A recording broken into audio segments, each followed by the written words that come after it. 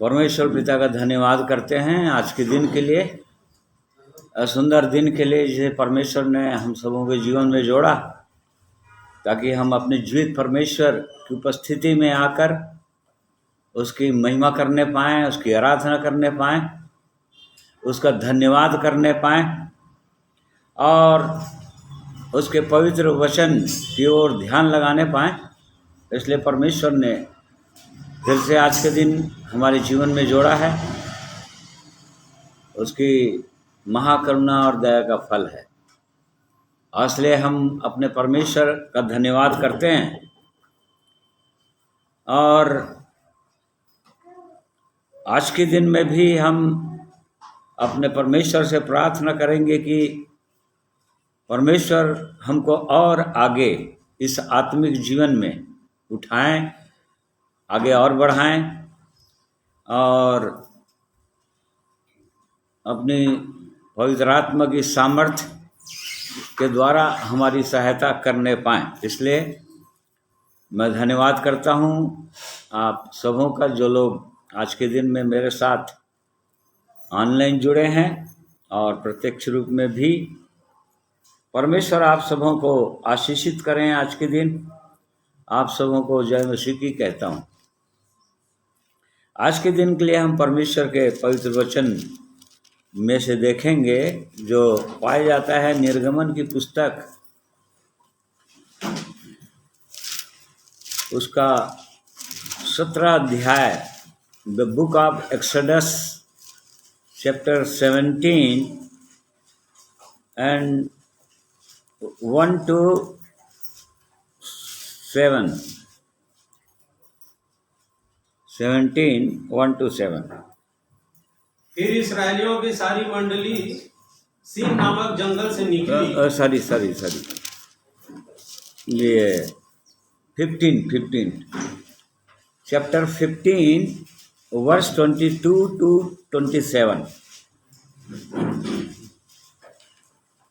तब मूसा इस्राएलियों को लाल समुद्र से आगे ले गया और वे शूर नाम जंगल में आए और जंगल में जाते हुए 3 दिन तक पानी का सोता न मिला।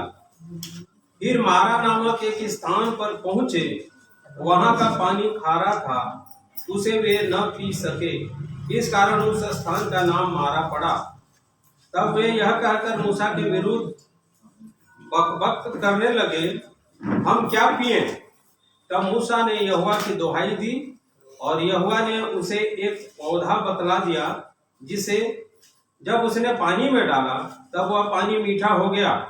वहीं यहोवा ने उनके लिए एक विधि और नियम बनाया और वहीं उसने यह कहकर उनकी परीक्षा की, यदि तू अपने परमेश्वर यहोवा का वचन तन मन से सुने और जो उसकी दृष्टि में ठीक है वही करे और उसकी आज्ञाओं पर कान लगाए और उसकी सब विधियों को माने, तो जितने रोग मैंने मिस्रियों पर भेजे हैं उनमें से एक भी तुझ पर न भेजूंगा, क्योंकि मैं तुम्हारा चंगा करने वाला यहोवा हूँ।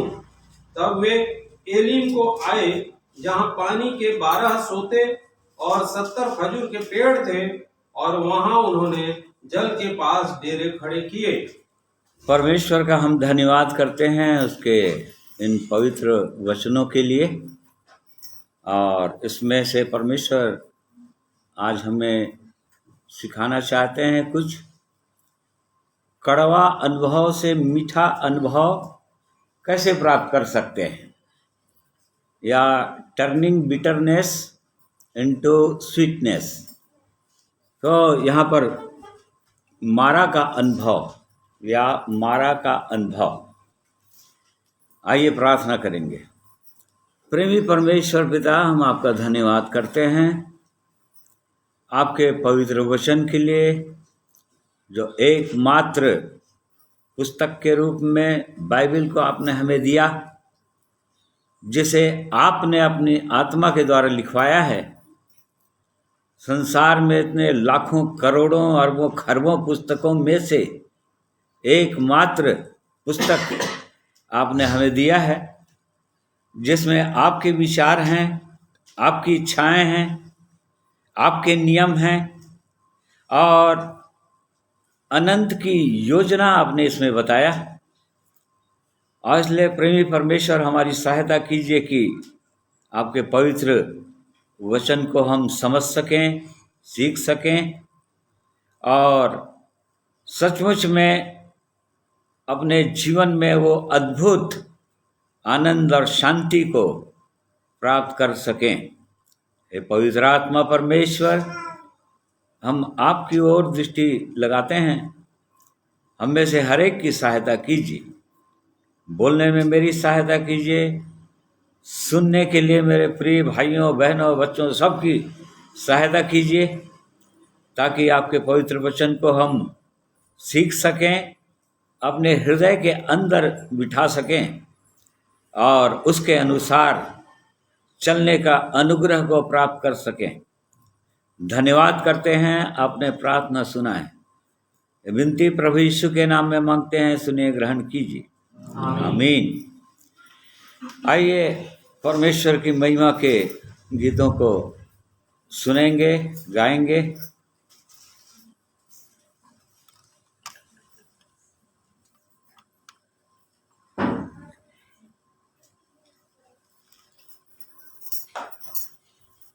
सबों को जय मसीह की, प्रभु की महिमा हो, स्तुति हो। आइए हम लोग प्रभु की महिमा करेंगे और मुक्ति दिलाए यीशु नाम, शांति दिलाए यीशु नाम, इस गीत को गा करके प्रभु की महिमा और आराधना करेंगे सब मिलकर।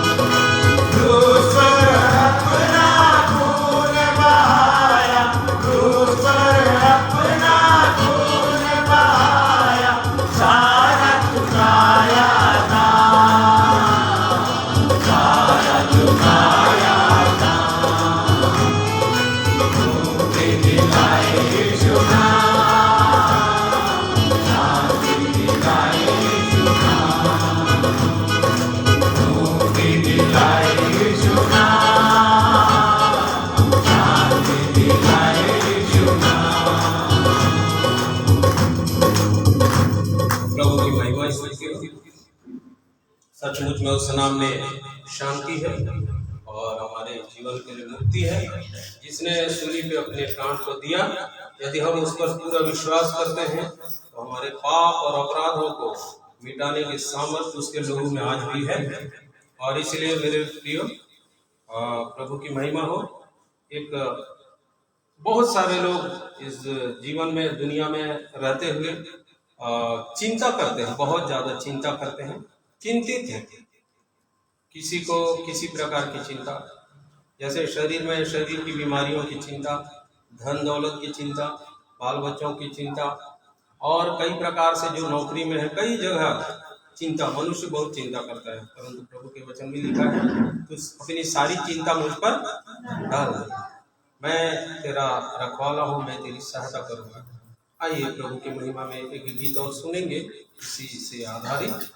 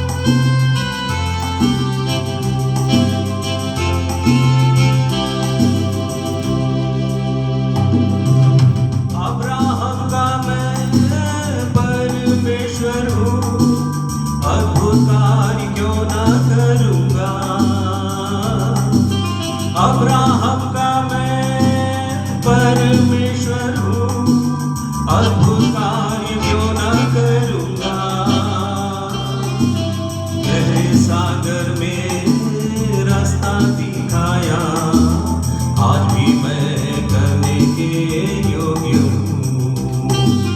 गहरे सागर में रास्ता दिखाया, आज भी मैं करने के योग्य हूँ। करता हूँ मैं तेरी चिंता, तू क्यों चिंता करता है।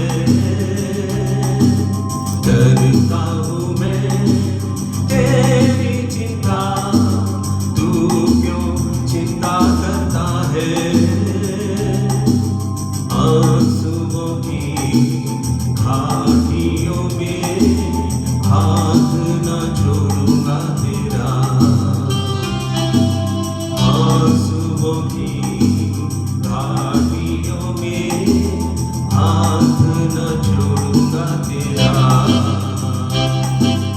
आंसुओं की घाटियों में हाथ न छोड़ूंगा तेरा। Praise the Lord. प्रभु की महिमा हो। कभी भी किसी बात की चिंता न करें, परंतु सारी बातों को प्रभु यहोवा पर डाल दें। प्रभु सबको आशीष दे।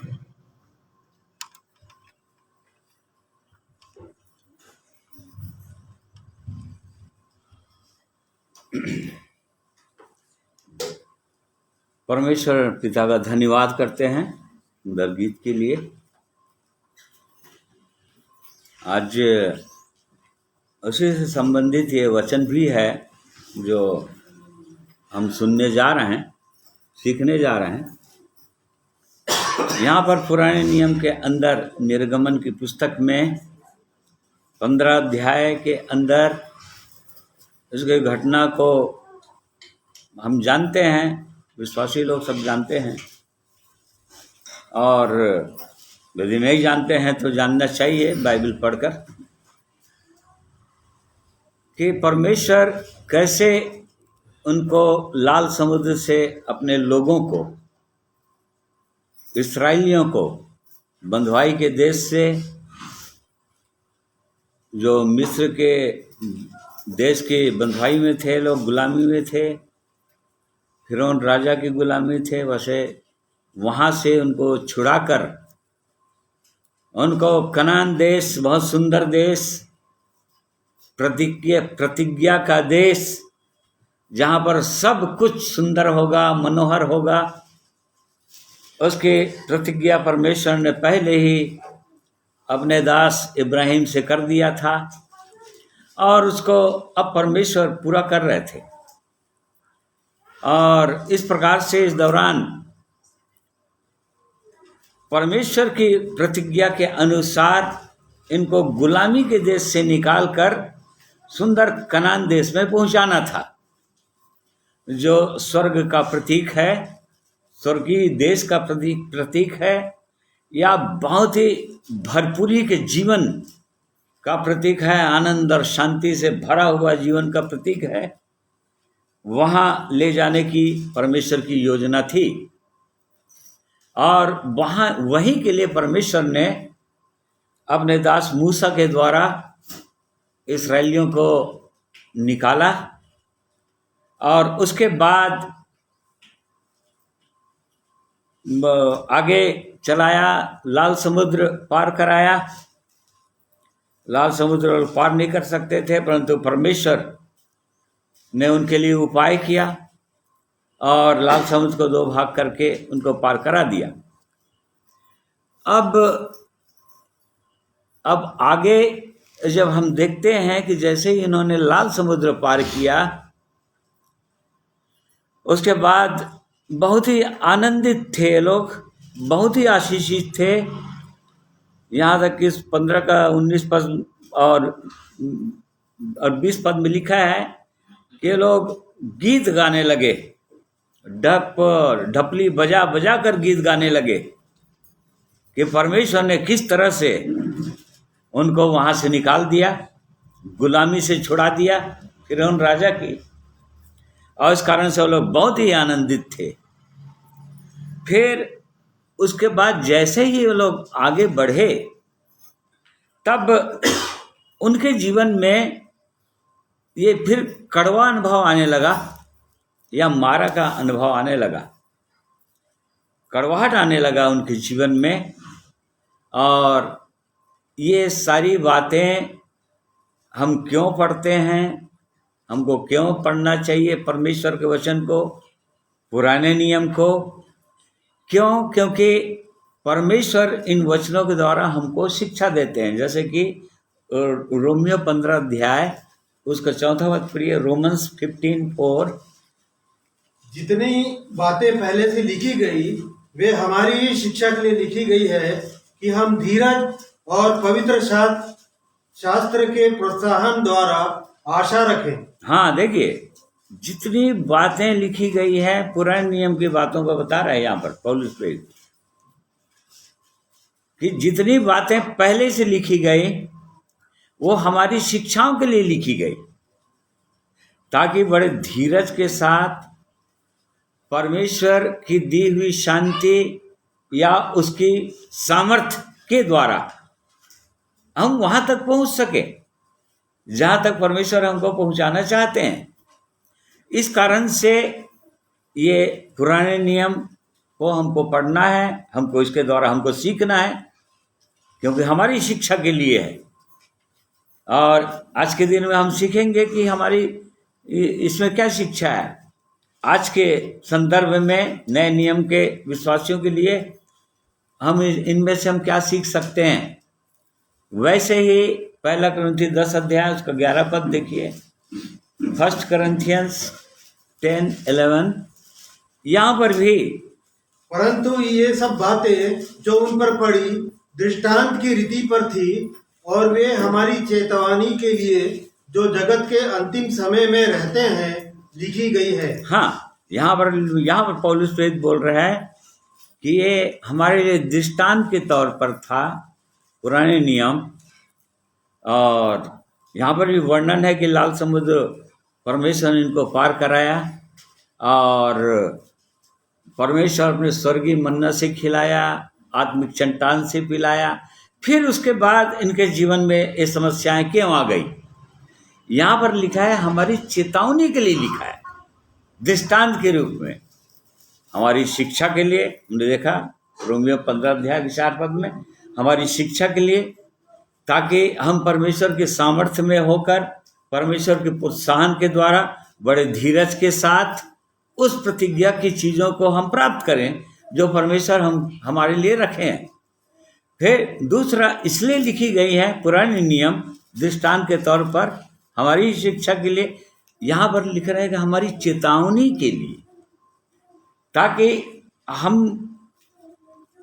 परमेश्वर के लोगों के जीवन से हम सीखें या सतर्क रहें कि किस तरह से ये लोग बड़े धीरज के साथ परमेश्वर की सामर्थ्य पर भरोसा नहीं करने के कारण से बहुत सारे लोग जंगल में ढेर हो गए, नाश हो गए। और इस कारण से हमारी चेतावनी के लिए सब लिखा हुआ है। तो दोनों चीज हमको आज देखना है कि इसमें हम क्या शिक्षा प्राप्त कर सकते हैं और चेतावनी के रूप में हम क्या ले सकते हैं इसमें से, किन किन चीज़ों से हमको भी सतर्क रहने की आवश्यकता है। फिर परमेश्वर अद्भुत महान परमेश्वर हैं।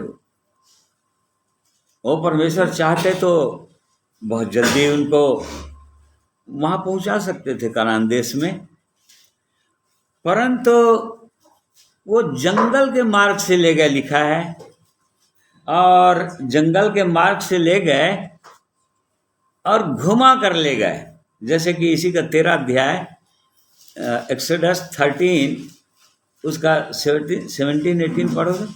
जब फिरौन ने लोगों को जाने की आज्ञा दे दी, तब यद्यपि फलिस्तीनियों के देश में होकर जो मार्ग जाता है वह छोटा था, तो भी परमेश्वर यह सोचकर उनको उस मार्ग से नहीं ले गया कि कहीं ऐसा न हो कि जब वे लोग लड़ाई देखें तब पछताकर मिस्र को लौट आए। हाँ, देखिए बहुत छोटा मार्ग था ये, कनान देश का मार्ग बहुत छोटा मार्ग था।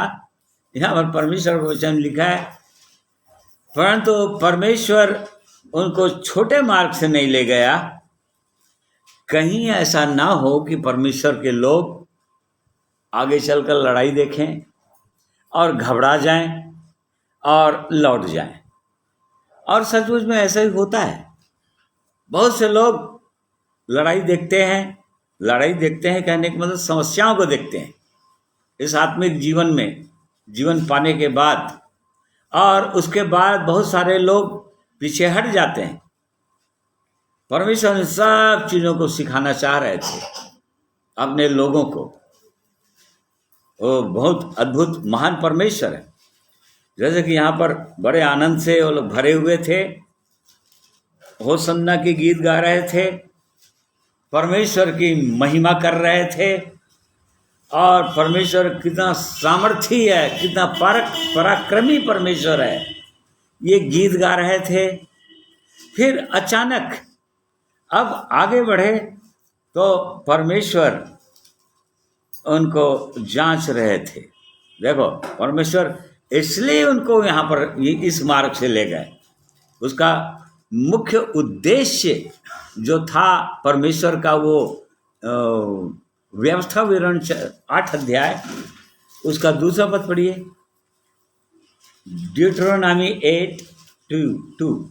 और स्मरण रख कि तेरा परमेश्वर यहोवा उन 40 वर्षों में तुझे सारे जंगल के मार्ग में से इसलिए ले आया है कि वह तुझे नम्र बनाए और तेरी परीक्षा करके यह जान ले कि तेरे मन में क्या क्या है और तू उसकी आज्ञाओं का पालन करेगा या नहीं। हाँ, और आगे, उसने तुझको नम्र बनाया और भूखा भी होने दिया।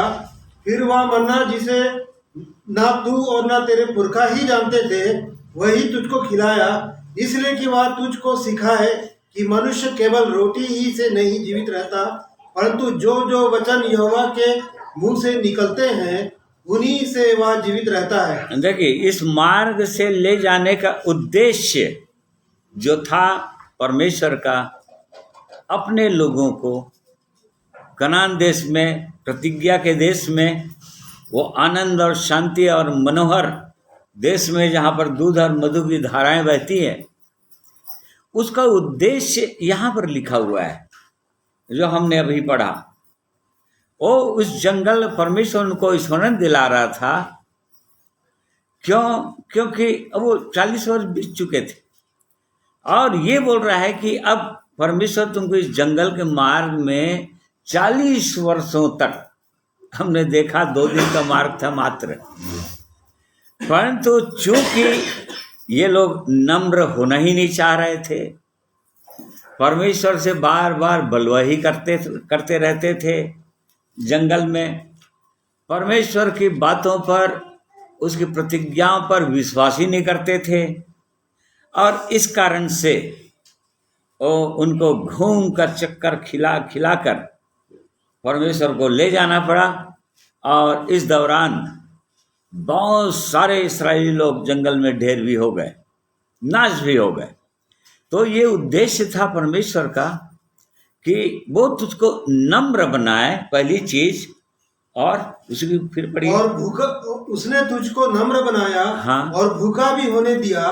फिर वह मन्ना जिसे नहीं 2%। और स्मरण रख कि तेरा परमेश्वर यहोवा उन 40 वर्षों में तुझे सारे जंगल के मार्ग में से इसलिए ले आया है कि वह तुझे नम्र बनाए। हाँ, देखो, पहला चीज आज यही अनुभव हमने देखा कि हमारी शिक्षा के लिए आई, तो यही अनुभव आज के नए नियम के विश्वासियों को भी देना चाहता है परमेश्वर। और परमेश्वर का बस एक उद्देश्य है कि वो अपने लोगों को नम्र बनाना चाहता है। जो मनुष्य का हृदय जो कठोर है, जो परमेश्वर के चरणों में झुकना नहीं चाहता, अपने अहंकार को तोड़ना नहीं चाहता, परमेश्वर उनको नम्र बनाना चाहता है। इसी कारण से यही जंगल का अनुभव जैसा परमेश्वर ने इस्राएलियों को दिया था, वैसे ही आज के विश्वासियों को भी देता है। और उसका उद्देश्य है हमको नम्र बनाना चाह रहा है। पहला चीज, नम्र बनाना चाहता है। यहाँ पर मूसा जो जिसको लीडर बनाया था परमेश्वर, उसके विषय में परमेश्वर ने कहा पृथ्वी भर में मूसा के समान नम्र व्यक्ति और कोई नहीं था उस समय। देखिए, इस कारण से उसको लीडर बनाया, और हमको भी नम्र बनाना चाहते हैं। और दूसरा, और तेरी परीक्षा करके यह जान ले कि तेरे मन में क्या क्या है। दूसरी, इस जंगल के मार्ग में ले जाने का उद्देश्य, दूसरा उद्देश्य हमको जांचना है, अपने जीवन को हमको देखना है। वो परमेश्वर हमारी परीक्षा करके या हमको जांच कर जान लेना चाहता है कि हमारे हृदय के अंदर क्या क्या बातें हैं। कहीं अभी भी कड़वाहट है, अभी भी क्रोध है, अभी भी जलन है, अभी भी ईर्ष्या है, अभी भी बुरी बुरी अभिलाषाएं हैं, अभी भी लालच है, अभी भी और बुरी बुरी बातें हैं हृदय के अंदर। वो परमेश्वर इस जंगल के मार्ग में इसलिए ले जाता है कि हमारे हृदय को जांचना चाहता है। वो तो सब कुछ जानता है, वो हमारे जीवन को, हृदय की बातों को हमको बताना चाहता है, और उसकी इच्छा है कि ये सब बातें हमारे जीवन से निकले, हमारे हृदय से निकले। ये परमेश्वर का उद्देश्य है, ये दूसरा उद्देश्य है। वो परीक्षा करके जान ले कि हमारे हृदय के अंदर क्या क्या बातें हैं। हमको जानना चाहिए, हमको हर विश्वासियों को जानना चाहिए कि हमारे हृदय के अंदर कौन कौन सी बातें हैं। क्या परमेश्वर की दृष्टि में हम नम्र हैं, या नम्र होते चले जा रहे हैं कि नहीं होते जा रहे हैं, कि अभी भी हृदय कठोर है, अभी भी हम झुकना नहीं चाहते हैं, अपनी गलतियों को, अपने अपराधों को, अपने पापों को मानना नहीं चाहते हैं, अभी भी अपने हृदय को कठोर कर लेते हैं।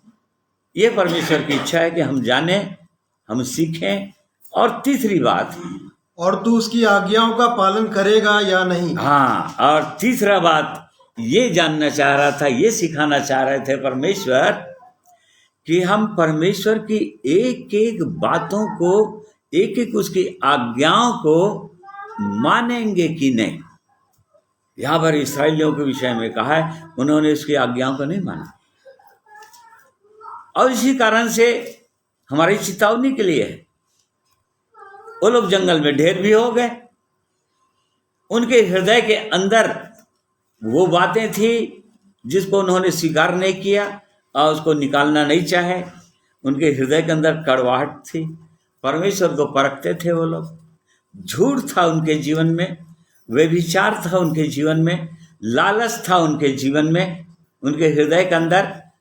परमेश्वर ने उनको जांच लिया, उनके हृदय की दशा को, और जब देखा कि ये लोग वहां से फिरना ही नहीं चाहते अपने जीवन से, और तब आगे को वो लोग जंगल में ढेर हो गए।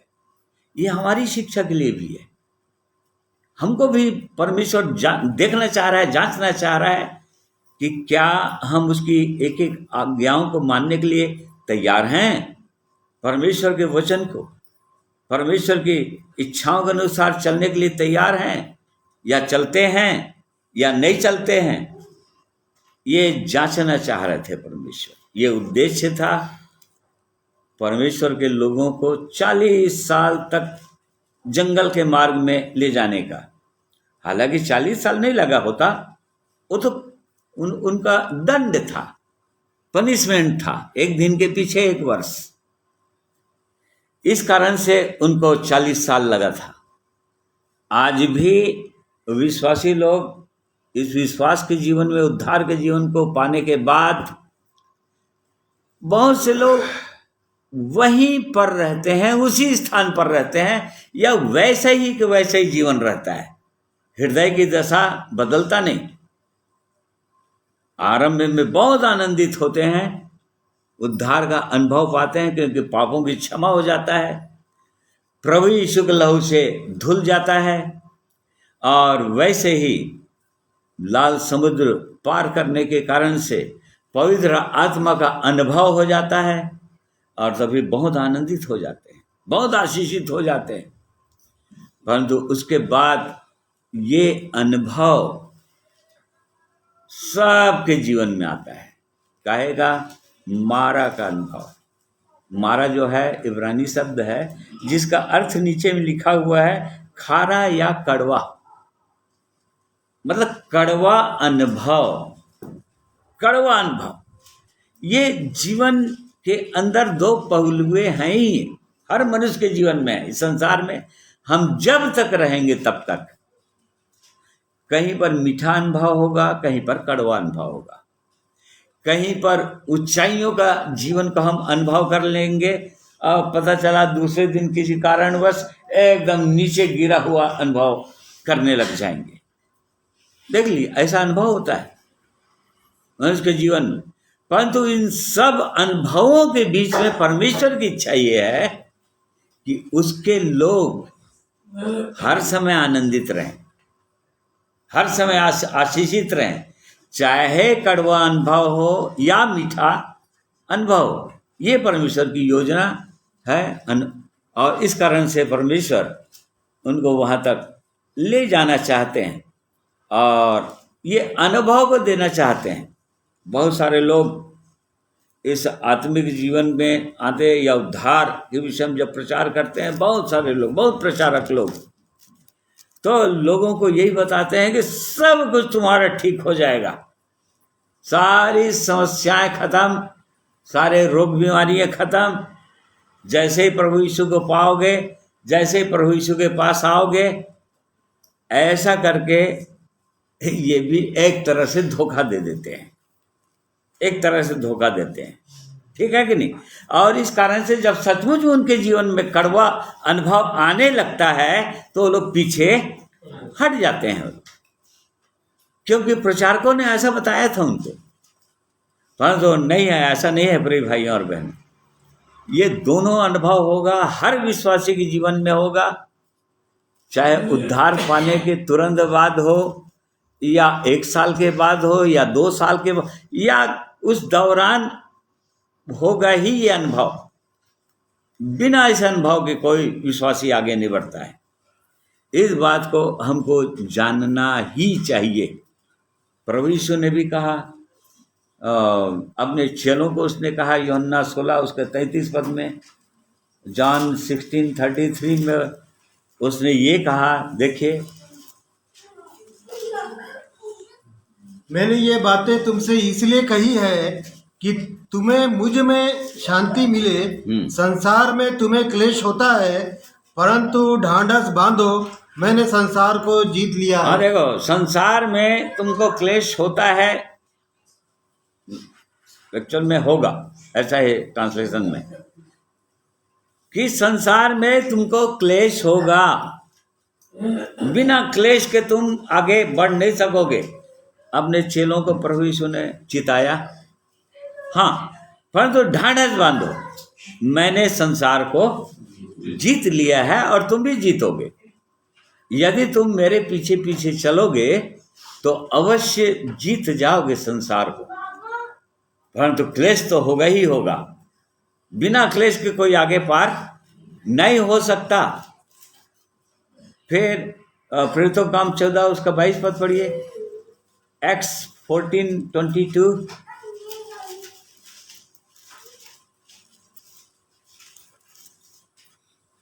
और चेलों के मन को स्थिर करते रहे और यह उपदेश देते थे कि विश्वास में बने रहो, और यह कहते थे हमें बड़े क्लेश उठाकर परमेश्वर के राज्य में प्रवेश करना होगा। देखो, पौलुस पे ये बार बार कलीसिया को जो झुंड तैयार होता चला जा रहा था, विश्वास में आते जा रहे थे, उनके मन को स्थिर करते रहते थे, उनके विश्वास को बढ़ाते रहते थे और ये बोलते रहते थे कि बड़े क्लेश से होकर तुमको गुजरना पड़ेगा, क्लेश उठाना पड़ेगा।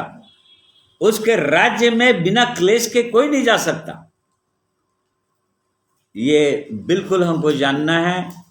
अर्थात हमको इसमें पहली चीज ये सीखना चाहिए कि इस जीवन में हम आए हैं, बंधुआई के देश से निकलकर उद्धार का अनुभव यदि हो गया है तो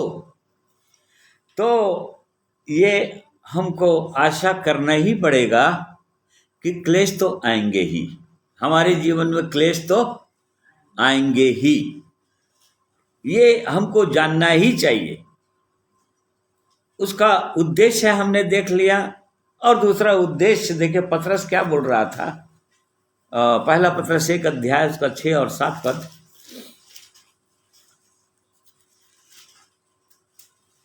इस कारण तुम मगन होते हो, यद्यपि अवश्य है कि अभी कुछ दिन के लिए नाना प्रकार की परीक्षाओं के कारण दुख में हो, और यह इसलिए है कि तुम्हारा परखा हुआ विश्वास, जो आग से ताए हुए नाशवान सोने से भी कहीं अधिक बहुमूल्य है, यीशु मसीह के प्रकट होने पर प्रशंसा और महिमा और आदर का कारण ठहरे। हाँ देखो, यहाँ पर उसके पहले 1 अध्याय से आगे लिखा है, परमेश्वर ने अपने भविष्य ज्ञान के अनुसार तुमको चुन लिया, प्रभु यीशु के लहू के से छिड़के जाने के लिए तुमको चुन लिया, और पवित्र आत्मा तुम्हारे अंदर आया ताकि तुम परमेश्वर की आज्ञाओं के अनुसार चल रहे, और स्वर्गीय राज्य और स्वर्ग की बातें, स्वर्ग में जो मिरास मिलने वाला, स्थान मिलने वाला है, ये जानकर तुम बहुत ही आनंदित हो। और ये सच में ऐसे ही अनुभव होता है। जब सुंदर उद्धार का अनुभव करने लगते हैं, जब सुंदर जीवन को पाते हैं, तो विश्वासी लोग ऐसे ही आनंदित होते हैं जैसे कि यहाँ पर हो रहे थे। परंतु क्या बोल रहे थे, परंतु उसी को पहला पतरस 1 अध्याय 6 पद। हाँ साहब, इस कारण तुम मगन होते हो, यद्यपि अवश्य है हाँ कि अभी कुछ दिन के लिए नाना प्रकार नाना प्रकार के अवश्य मगन होते हो, और सही में आनंद का ही विषय है बहुत। परंतु कुछ दिनों से नाना प्रकार की परीक्षाएं जब जीवन में आने लगती है, या जब ये मारा का अनुभव आने लगता है, यहाँ पर जो मारा या कड़वा पानी का अनुभव, अब परमेश्वर इनका टेस्ट, शैतान उनका पीछा नहीं करेगा। शैतान जो फिरौन जो शैतान का प्रतीक है, और फिरौन की सेना जो दुष्ट आत्माओं का प्रतीक है, वो तो लाल समुद्र में डूब के मर गए। अब परमेश्वर के लोगों का शैतान कुछ नहीं कर सकता, परंतु परमेश्वर अवश्य उनकी परीक्षाएं करता है। उसका उद्देश्य हमने देख लिया। वो अपने समान बनाना चाहता है परमेश्वर, वो नम्र परमेश्वर। प्रभु यीशु ने कहा, मुझसे सीखो मैं नम्र हूं। वो अपने लोगों को नम्र बनाना चाहते हैं, आज्ञाकारी बनाना चाहते हैं, क्योंकि प्रभु यीशु अपने पिता के आज्ञाकारी थे, और सिखाना चाहते हैं, हमारे हृदय को एकदम पवित्र करना चाहते हैं। इस कारण से हमारे हृदय की दशाओं को अपने पवित्र वचन के द्वारा ऐसे कड़वे अनुभवों से में लाकर हमको दिखाना चाहते हैं कि हमारे हृदय के अंदर क्या क्या बातें हैं। ये परमेश्वर का अनुग्रह है, अनुभव है। इसलिए ये पहली चीज हमको ये जाननी चाहिए। यहाँ पर इस्राएली लोग बड़े आनंदित थे। अब उनको 3 दिन के मार्ग में ले गया परमेश्वर, और जब आगे बढ़े तो उनको क्या मिला, मारा का अनुभव मिला। कैसे? पढ़िए 22 पद पढ़िए। तब मूसा इसराइलियों को लाल समुद्र से आगे ले गया, और वे शूर नाम जंगल में आए, और जंगल में जाते हुए 3 दिन तक पानी का सोता ना मिला। देखो, पहली बात तो 3 दिन तक पानी का सोता ही नहीं मिला। इसका मतलब 3 दिन तक जंगल में प्यासे, 3 दिन तक पानी ही नहीं है कुछ भी, मतलब प्यासे होने दिया परमेश्वर उनको 3 दिन तक। क्यों? उसकी योजना के अंतर्गत। ये मत समझिए कि मारा अचानक हमारे जीवन में आ जाएगा। ये परमेश्वर की प्लानिंग के अंदर है, उसकी योजना के अंतर्गत है कि विश्वासी को इस अनुभव में लाएगा ही।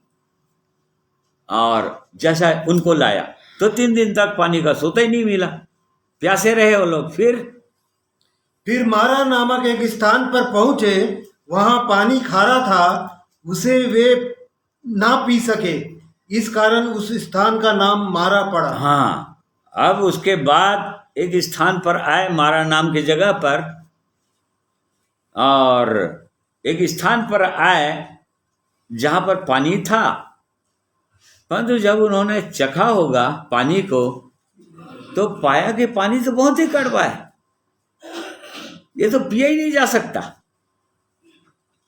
कड़वा पानी ही यहाँ पर। और इसी कारण से उस स्थान का नाम मारा रखा गया, अर्थात कड़वा अनुभव।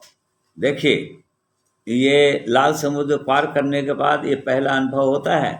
हमारे जीवन में भी ये हुआ होगा और हर एक के जीवन में होता है और होगा ही, परंतु हमारा क्या रिएक्शन होगा या क्या हुआ, या हम कैसे उसको लेते हैं, इस बात को हमको जानने की आवश्यकता है, मुख्य चीज। ठीक है, तो यहाँ पर उनके जीवन में कैसा अनुभव हुआ, क्या अनुभव हुआ यहाँ पर 24 पद। तब वे यह कहकर मूसा के विरुद्ध बकबक करने लगे। हाँ, उनके जीवन में ये अनुभव हुआ कि वो लोग मूसा के विरोध में बकबक करने लगे, अर्थात कुड़कुड़ाने लगे, मरमर करने लगे। इंग्लिश में लिखा है मरमरिंग, मतलब कुड़कुड़ाना, बड़बड़ाना, चिल्लाना, परमेश्वर के इस दास मूसा के विरोध में खड़े हो जाना। तू हमको यहाँ पर क्यों लाया? ला कौन रहा था उनको? परमेश्वर ला रहा था। परमेश्वर उसको चुना था मूसा को, वो तो परमेश्वर की एक एक बातों के अनुसार ही आज्ञाकारी था वो, और उस कारण से परमेश्वर जैसे जैसा बोलता चला जा रहा था वो करते चला जा रहा था, परंतु इस्राएली लोग के अंदर कुड़कुड़ाहट आ गया था। ये अनुभव हमारे अंदर देखना है, हमारे अंदर है क्या ऐसा अनुभव? कुड़कुड़ाहट वाला अनुभव है क्या? क्यों? क्योंकि वो लोग वहां के जीवन को देख रहे, अपनी आंखों से उन चीजों को देख रहे थे। पुराने नियम के अंदर ये है, परंतु नए नियम के अंदर हमको कैसे देखना है, कैसे चलना है? देखी हुई वस्तुओं को नहीं, परंतु अर्थात विश्वास से। क्या विश्वास से? कि परमेश्वर अपनी योजना के अंतर्गत मुझको ले जा रहा है, और वो परमेश्वर जो अपनी योजना के अंतर्गत मुझको ले जा रहा है, वो आगे उसका उपाय भी वो उसके पास होगा। वो पहले इसको उपाय करके भी रखा होगा वो। ये विश्वास से चलना है, विश्वास का जीवन है ये। विश्वासी जीवन जो है, नए नियम का जो जीवन है, वो विश्वास को जीवन है, रूप को देख कर नहीं, अर्थात तो परिस्थितियों को देख कर नहीं। वहां पर पानी नहीं मिला, कड़वा पानी हो गया, मिला भी तो, और उस कारण से अब पी नहीं सक रहे हैं, कुड़कुड़ाना शुरू कर दिए। वो परमेश्वर की ओर नहीं देख रहे हैं, विश्वास से नहीं देख रहे हैं कि इसके पीछे परमेश्वर का क्या उद्देश्य है। इस चीज को जानने की इच्छा नहीं कर रहे हैं। ऐसा अनुभव आज हर एक विश्वासियों के अंदर आता है, और हमको जांचना है क्या इस अनुभव से हम आगे बढ़े कि नहीं। जांचना ये है हमको, ये तो हर एक विश्वासी के अंदर आता ही है, परंतु इस अनुभव से आगे बढ़े कि नहीं, मतलब इस पर जयवंत हुए कि नहीं। ओ परमेश्वर हमको तो जयवंत से भी बढ़कर वो हमारा प्रभु यीशु है, जिसने प्रतिज्ञा किया है अपने लोगों को। रोमियो 8 अध्याय के उसने प्रतिज्ञा किया है, क्या तलवार, क्या जोखिम, क्या नंगाई, क्या अकाल, कोई तुमको परमेश्वर के प्रेम से रोक सकता है क्या? रोक ही नहीं सकता, क्योंकि तुम जयवंत से भी। तो जब तलवार और जोखिम और अकाल, ये तो बहुत छोटी छोटी, ये तो बहुत बड़ी बड़ी बातें हो गई। अभी तो छोटी छोटी बातों पर यदि जयवंत नहीं हो पा रहा है एक विश्वासी, तो जो बड़े बड़े क्लेश यदि आने लग जाए तो फिर कैसे करेगा? तो फिर पीछे हटेगा, फिर वो आगे बढ़ने के बदले फिर पीछे हट जाएगा। तो इसी कारण से परमेश्वर मारा का अनुभव हमको देते हैं और चाहते हैं कि हम कैसे बढ़ेंगे, आगे बढ़ना है हमको। और तभी लोग जानेंगे, नहीं तो नहीं जानेंगे। जैसे फिलिप्पी 2 अध्याय उसको 14 कुछ पढ़ो।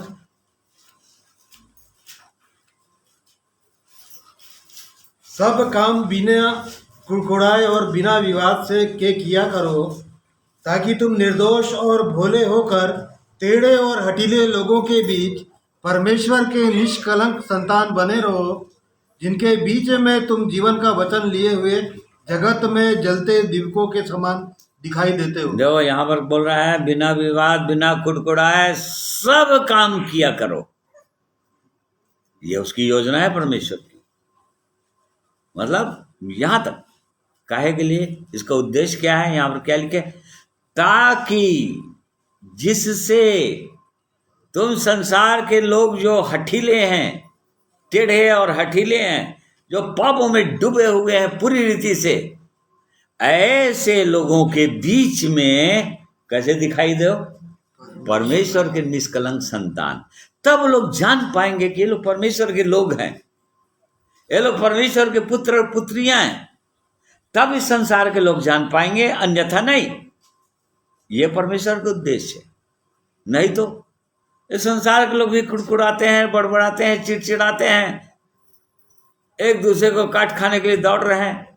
यदि परमेश्वर के लोग भी वैसे ही करें तो उनमें और इनमें अंतर क्या है? कोई अंतर नहीं। देखो परमेश्वर का उद्देश्य ये था। यहाँ पर वो परमेश्वर हमारे हृदय को जांचना चाह रहे हैं आज भी, और इस कारण से उसी उन्हीं बातों को हम देखना चाह रहे हैं। अब आगे क्या हुआ, जब ये लोग कुड़कुड़ाने लगे तब क्या करना है? 25 पद। तब मूसा ने यहोवा की दुहाई दी। देखिए करना क्या है यहाँ पर, मूसा ने क्या किया। मूसा के विषय में बार बार आप पढ़ेंगे निर्गमन के अंदर, व्यवस्था विवरण के अंदर, ठीक है, क्योंकि वो नम्र व्यक्ति था। उसने इनको कुछ नहीं, वो इस्राएलियों को कुछ नहीं बोलता था।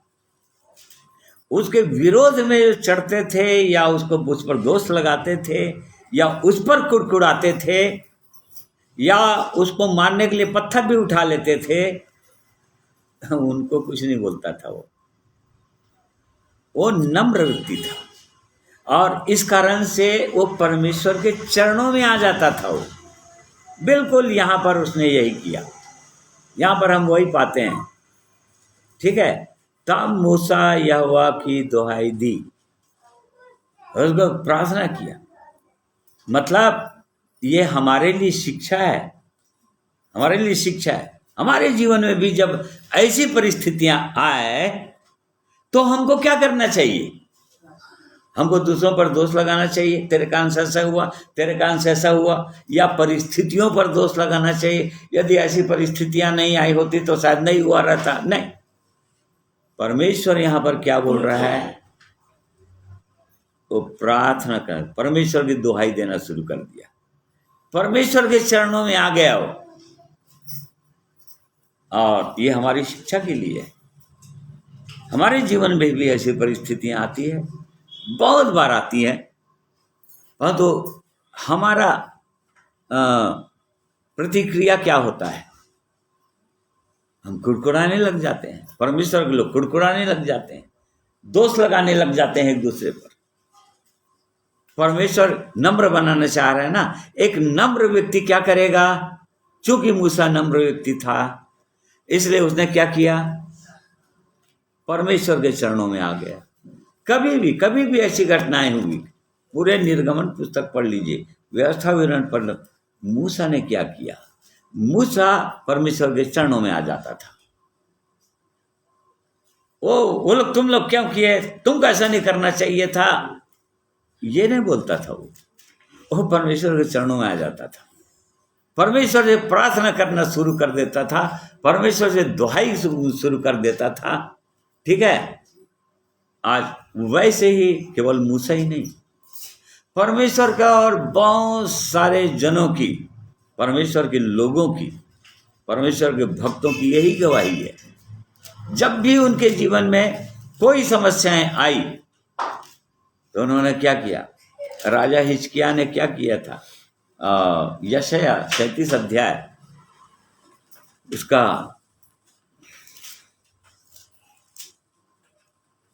देखिए 14 पद पढ़िए।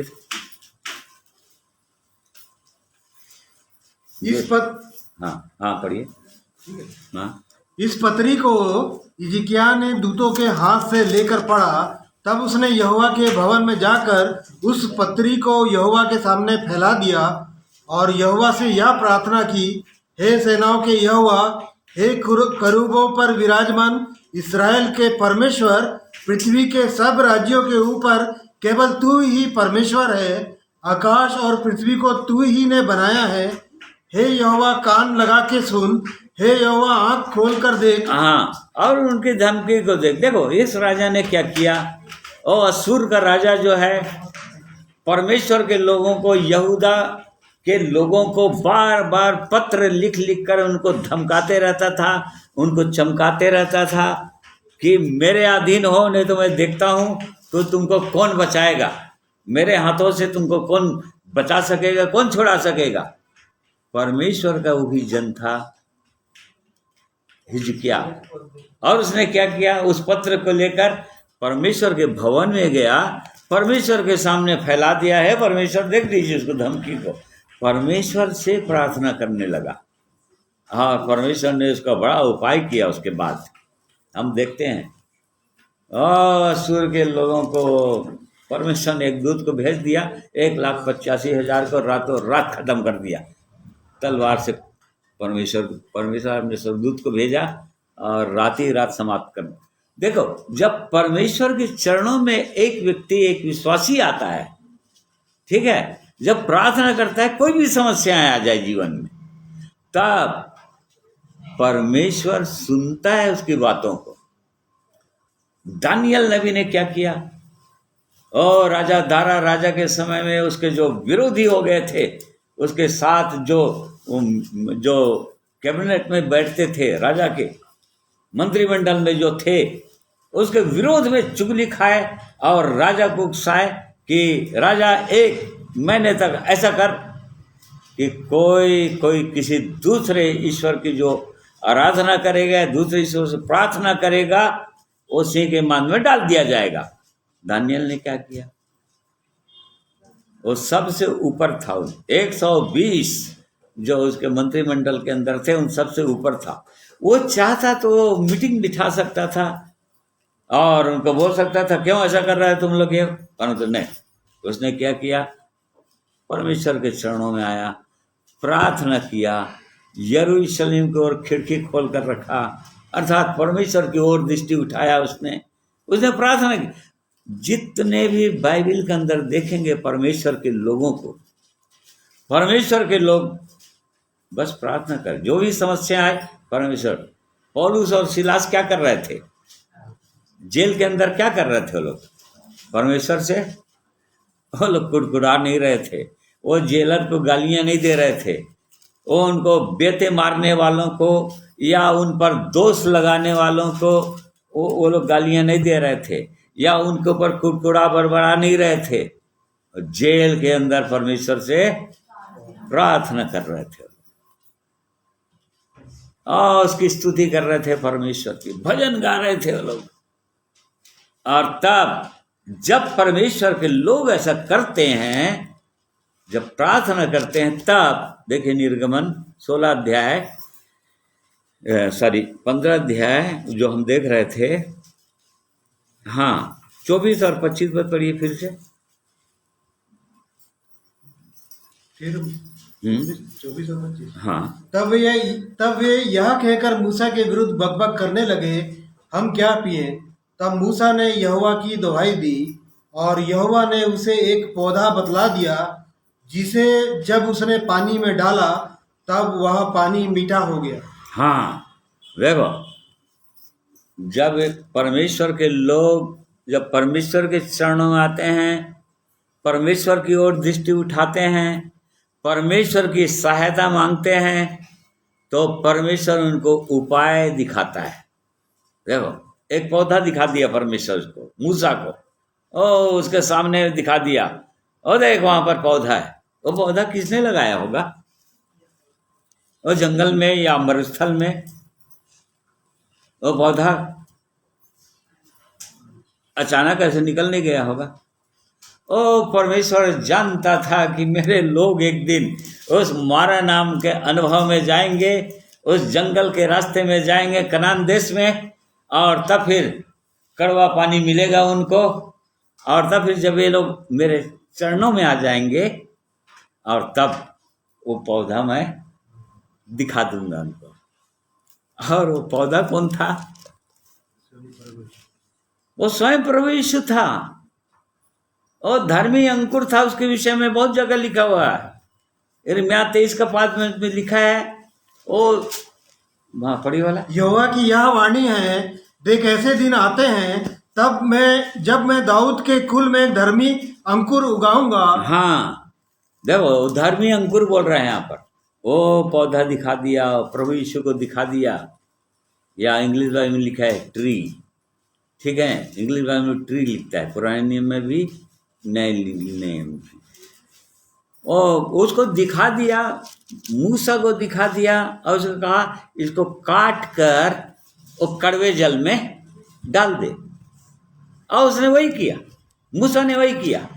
देखो, परमेश्वर जब परमेश्वर के चरणों में आते हैं, परमेश्वर की दुहाई देना शुरू करते हैं, परमेश्वर से प्रार्थना करते हैं, तो परमेश्वर उनको उपाय दिखाता है, ठीक है, उनके लिए उपाय करता है।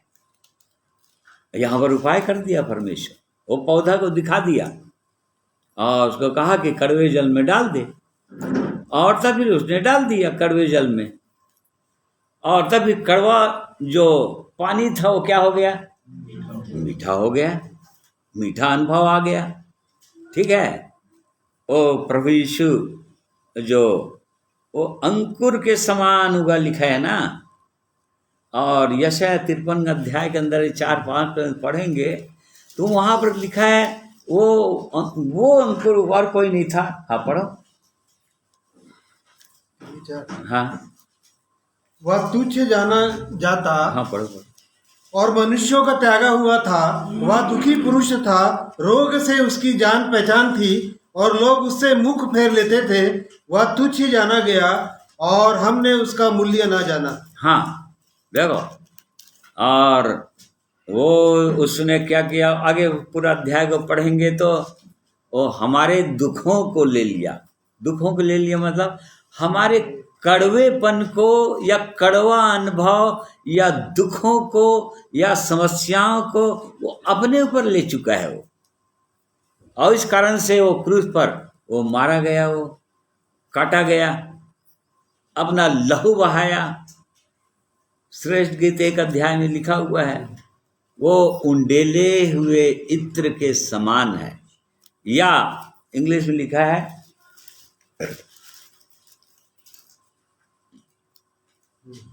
हाँ, तेरे भांति भांति के इत्रों की सुगंध उत्तम है, तेरा नाम उंडले हुए इत्र। उंडेले हुए इत्र इंग्लिश बाइबल में लिखा है ऑइंटमेंट, मतलब वो दवाई। उंडेला हुआ इत्र, ऑइंटमेंट पोर फोर्थ, मतलब वो जो बहा दिया गया है एक मनुष्य के जख्मों को या दुखों को या कड़वे अनुभव को मीठे अनुभव में परिवर्तित करने के लिए। वो तो बहा चुका है, वो क्रूस पर जा चुका है, वो पौधा है, वो प्रभु यीशु, वो दिखा दिया। बिल्कुल ऐसे ही हमारे जीवन में भी होगा। फिर उसके बाद हम देखते हैं ये उपाय करना है, परमेश्वर ने उपाय बताया था, और एक विश्वासी के जीवन में भी यही उपाय है, एकमात्र उपाय है। यदि परमेश्वर के चरणों में आएगा, परमेश्वर से मांगेगा, परमेश्वर से पूछेगा, तो उपाय बता देगा उसने, ये उपाय है तुम्हारे लिए, और तब फिर उस उपाय को ले लो अपने जीवन में, और तब फिर देखिए क्या हो जाएगा। फिर वो कड़वा पानी मीठे में परिवर्तित हो जाएगा, वो मीठा अनुभव हो जाएगा। अर्थात वो कितनों भी बेतें पड़ी हो, कितनों भी खून बहता रहा हो पौलुस और सिलास की, उसके बाद भी उनके जीवन में वो आनंद और शांति का अनुभव वो लोग करने लग गए। वो आनंद और ऐसे जगह में, ऐसे समय में वो आनंद और शांति में है वो लोग। दुखों में भी, ऊंचाइयों के जीवन में भी आनंद शांति। यदि ऐसी समस्याएं आ गई, नीचे के जीवन आ गया, तो भी आनंद और शांति, ऐसा आनंद और शांति। और तब फिर उसके बाद आखिरी में हम देखते हैं 27 पद पढ़िए। तब वे यलीम को आए, जहाँ पानी के 12 सोते और 70 खजूर के पेड़ थे, और वहाँ उन्होंने जल के पास डेरे खड़े किए। हाँ, उससे पहले वो 26 पद में लिखा है, क्योंकि मैं तुम्हारा चंगा करने वाला यहोवा हूँ। देखो, ओ हमारा परमेश्वर, हमारा प्रभु यीशु, वो चंगा करने वाला है। चंगा करने वाला मतलब हर एक कड़वे अनुभव को मीठे में परिवर्तित करने वाला है। यहाँ पर चंगाई का ये अर्थ है ना। हाँ, रोग बीमारी में है तो चंगा हो गए, ये अर्थ नहीं। यहाँ पर यह अर्थ है कि यहाँ पर कड़वा पानी था, परमेश्वर ने उपाय बताया, पौधा बताया, उसमें जब डाल दिया गया, वो कड़वा पानी मीठा में परिवर्तित हो गया, मीठा हो गया, अर्थात कड़वे अनुभव को मीठे में। और इस प्रकार से परमेश्वर की योजना के अंतर्गत यह है कि परमेश्वर के लोग हर समय कैसे रहें? आनंदित रहें। परमेश्वर का वचन लिखा है, मैं कहता हूं कि तुम आनंदित रहो। कब? सदा सदा आनंदित रहो। मैं फिर कहता हूं कि आनंदित रहो, कैसो भी परिस्थितियां क्यों ना आ जाए। फिर उसके बाद न केवल खारा माराई का अनुभव रहेगा, विश्वासी के जीवन में वही अनुभव नहीं रहेगा, कड़वापन नहीं रहेगा। परमेश्वर उसके लिए उपाय करता है। और तब वे लोग एलीम को आए, लिखा है, एलीम नाम का जगह को आए, जहां पर क्या मिला उनको? पानी के 12 सोते, एक सोते नहीं, 12 सोते दिखा दिया परमेश्वर। अब यहाँ पर छक कर दिए, वहां पर अपना वो तंबू गाड़ दिए वो लोग, और वहां रहने लगे। ओ पूरा आनंद और शांति के साथ, उनका पूरी प्यास उनकी बुझ गई, और पूरा आनंद और शांति में है वो लोग। फिर उतना ही नहीं, एलिम पानी के 12 सोते और 70 खजूर के पेड़, और वहां उन्होंने जल के पास डेरे खड़े किए। ये अनुभव दिखा दिया। खजूर का पेड़, खजूर आनंद और शांति को दिखाता है, बाइबल के अंदर जय को दिखाता है। भजन 92 12 पद में दिखा हुआ है। ओ तभी तुम महाराज वो कैसे पढ़ोगे? बोलता है 12 पद पढ़ो। धर्मी लोग खजूर के समान फूले फलेंगे और लबानोन के देवदार के समान बढ़ते रहेंगे। देखो, धर्मी लोग खजूर के समान फूले फलेंगे। खजूर के समान फूले फलेंगे, मतलब ऐसा अनुभव देता है परमेश्वर।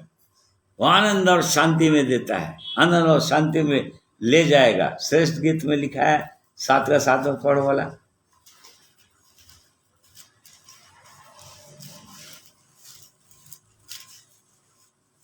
तेरा डिलडोल खजूर के समान शानदार है। ना वो सुंदरता को दिखा रहा है परमेश्वर अपने लोगों को, कलीसिया को बोल रहा है यहाँ पर, तेरा डील डॉल। देख लो, हर चीज, मतलब हमारा उठना बैठना, चलना फिरना, बोलना, हर चीज कैसा है बोल रहा है यहाँ पर? खजूर के समान शानदार। मतलब बहुत सचमुच जो लोग देखें तो उसकी तारीफ करने लगे। एक कलीसिया को बोल रहा है परमेश्वर, अपने लोगों को बोल रहा है। फिर जय को भी दिखाता है। खजूर जो है, जब प्रभु यीशु यरूशलेम में आज लास्ट बार जब प्रवेश कर रहे थे, तो वहाँ खजूर की डालियाँ लेकर जा रहे थे और नारे लगा रहे थे, ओ सन्ना, ओ सन्ना, क्योंकि हमारा राजा आ गया, जयवंत होकर आ गया। हालांकि वो लोग परमेश्वर की योजना को नहीं समझ रहे थे। तो इस प्रकार से हम देखते हैं कि वो परमेश्वर बहुत सुंदर अनुभवों से अपने लोगों को आगे ले जाना चाहते हैं। अब हमको जांचने की आवश्यकता है, कि विश्वासी को जांचने का आवश्यकता है कि क्या ये शिक्षाओं के अनुसार हम चल रहे हैं, या क्या ये चेतावनियां को ले रहे हैं, जंगल में ढेर हो गए परमेश्वर के लोग, बहुत सारे लोग। और जो लोग इस शिक्षा को लिए बड़े धीरज के साथ परमेश्वर की सामर्थ्य में, परमेश्वर के प्रोत्साहन के द्वारा उस स्थान तक पहुंच जाएंगे कि बड़े क्लेश में, चाहे क्लेश आए तो भी, क्लेश तो हो गई बोला। तो इसलिए परमेश्वर इन वचनों के द्वारा हम सबों की आज के दिन में सहायता, अगुवाई करें, ताकि हम जांचें कि परमेश्वर कैसा अद्भुत परमेश्वर है। वो चाहते हैं कि हम उसके समान बन जाए, अपने स्वामी के समान बन जाए, नम्र बन जाए, आज्ञाकारी बन जाए, उसके समान धर्मी बन जाए। ये उसकी इच्छा है। परंतु यदि उसकी योजना को एक विश्वासी नहीं समझा, आगे ऐसे अनुभवों से क्यों गुजर। आइए, इससे पहले कि समाप्त करें, एक गीत सुनेंगे।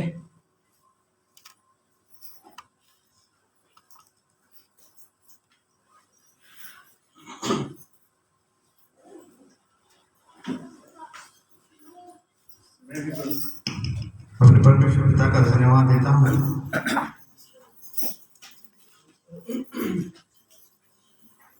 कि उसने मुझे भी संभाल के रखा है और अभी तक बचाया है, इसलिए परमेश्वर पिता का धन्यवाद करता हूँ। सुंदर वचन के लिए भी धन्यवाद करता हूँ जो आज हमने सुना। और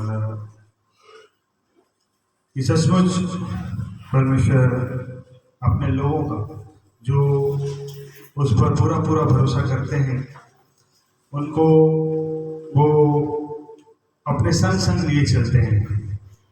उसी के उपलक्ष्य पे ये गीत है और इस गीत के द्वारा परमेश्वर की महिमा करेंगे।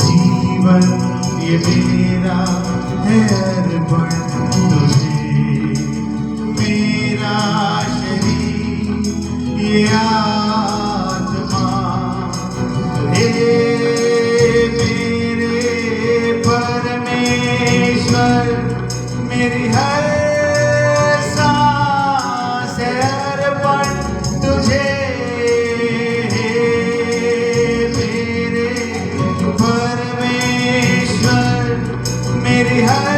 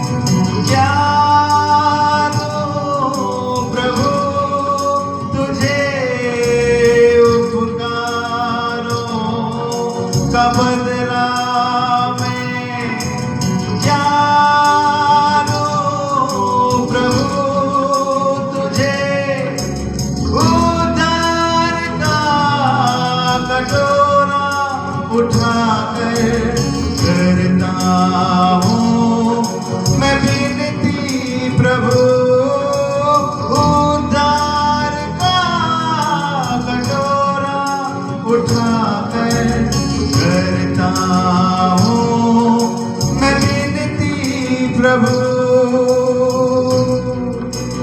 जिसने मुझे संभाला अभी तक आगे भी संभालेगा।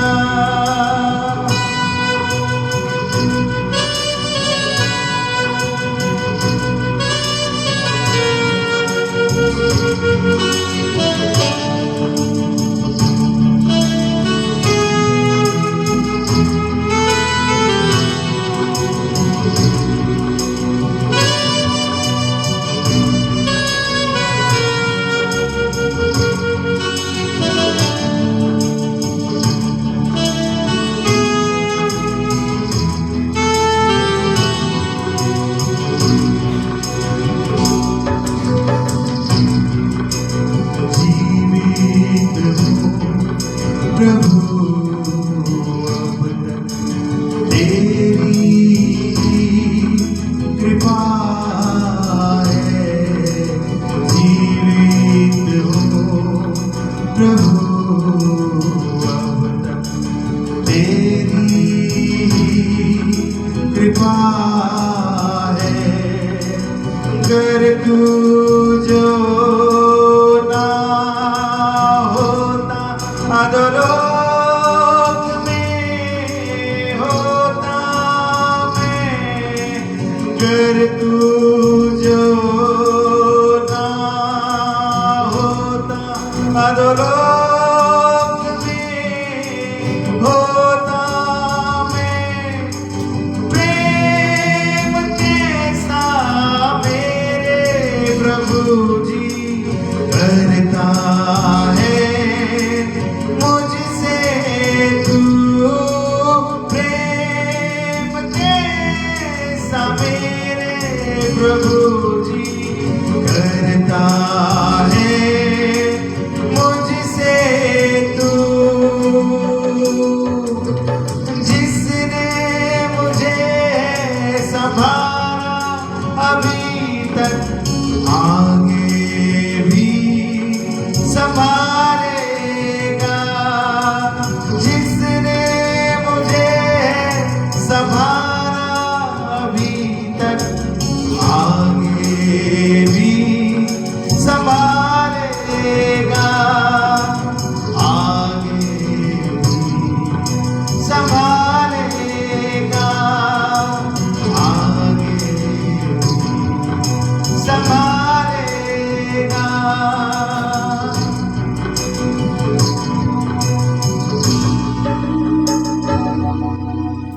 परमेश्वर पिता का धन्यवाद करता हूँ इस गीत के लिए।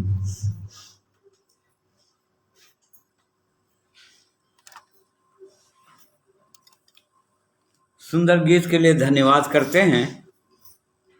और सच में परमेश्वर की ये प्रतिज्ञा है कि जिसने हमें अब तक संभाले हुए हैं वो आगे भी संभालेंगे, अंत तक संभालेंगे।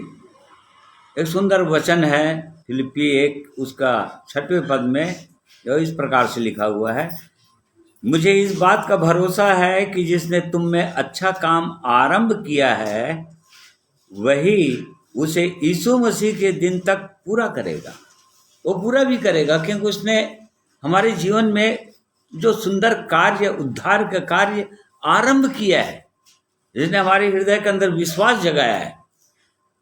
और यहाँ पर प्रतिज्ञा है कि परमेश्वर उसको अंत तक पूरा भी करेगा।